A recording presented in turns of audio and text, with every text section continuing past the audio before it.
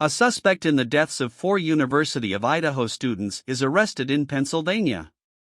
A suspect in the killings of 4 University of Idaho students was arrested in eastern Pennsylvania, a law enforcement official said Friday. Arrest paperwork filed in Monroe County Court said Bryan Christopher Kohberger, 28, was being held for extradition to Idaho on a warrant for first-degree murder.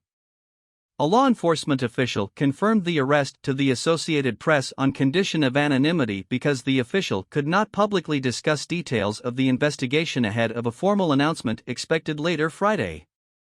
This photo provided by Monroe County Correctional Facility in Pennsylvania shows Bryan Kohberger. A PhD student by the same name is listed in the Department of Criminal Justice and Criminology at Washington State University, which is a short drive across the state line from the University of Idaho.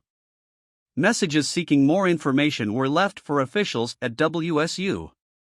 The Idaho students, Kaylee Goncalves, Madison Mogan, Xana Kernodle and Ethan Chapin were stabbed to death at a rental home near campus sometime in the early morning hours of November 13.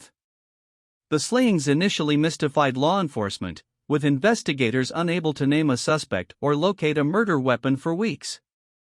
But the case broke open after law enforcement asked the public for help finding a white sedan seen near the home around the time of the killings. The Moscow Police Department made the request December 7, and by the next day had to direct tips to a special FBI call center because so many were coming in. University of Idaho holds a vigil for 4 students stabbed to death last month. Goncalves, 21, of Rathdrum, Idaho; Mogan, 21, of Coeur d'Alene, Idaho; Kernodle, 20, of Post Falls, Idaho; and Chapin, 20, of Mount Vernon, Washington, were members of the university's Greek system and close friends. Mogan, Goncalves and Kernodle lived in the 3-story rental home with 2 other roommates. Kernodle and Chapin were dating and he was visiting the house that night.